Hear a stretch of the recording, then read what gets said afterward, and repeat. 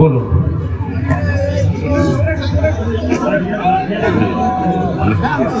আমি ওই রকম ওই নর্দমার পিঠের কথার উত্তর দেব।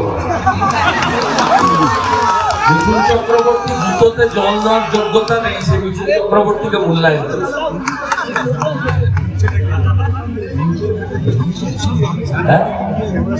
ওরা অনেক আগে ভোগে চলে গেছে, ইনফ্রাস্ট্রাকচার ভোগে চলে গেছে অনেকে।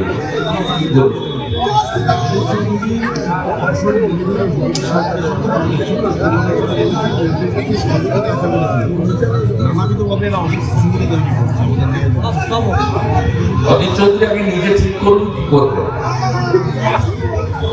হাফহাতের লড়াই করে কিছু হবে না।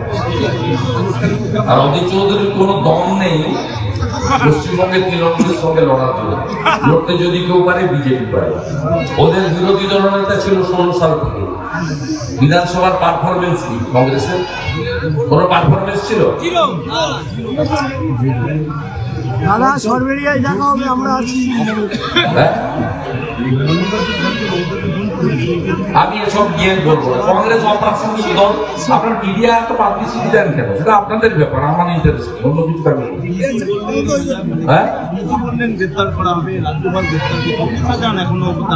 চোর মমতা তো বলেনি না, ওর কথার উত্তর দেবো, ওর কথার উত্তর দেবো না। চোর মমতা লুকিয়ে রেখেছে, চোর মমতা চোর শাহজাহানকে লুকিয়ে রেখেছে। শাহজাহানরা থাকলে বসিরহাট সিটটা লুট করে যেতে যাবে। পঞ্চায়েতে তো দেখলেন 80% লোক ভোট দিতে পারেনি, গণনা কেন্দ্রে ঢুকতে দেয়নি।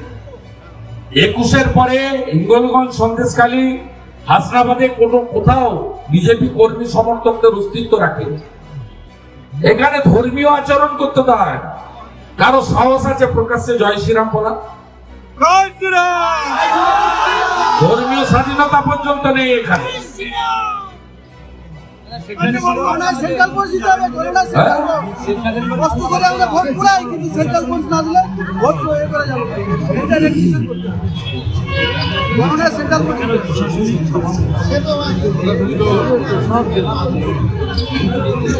মোগলরা যেমন রাজ্য চালাতেন তেমন রাজ্য চলছে।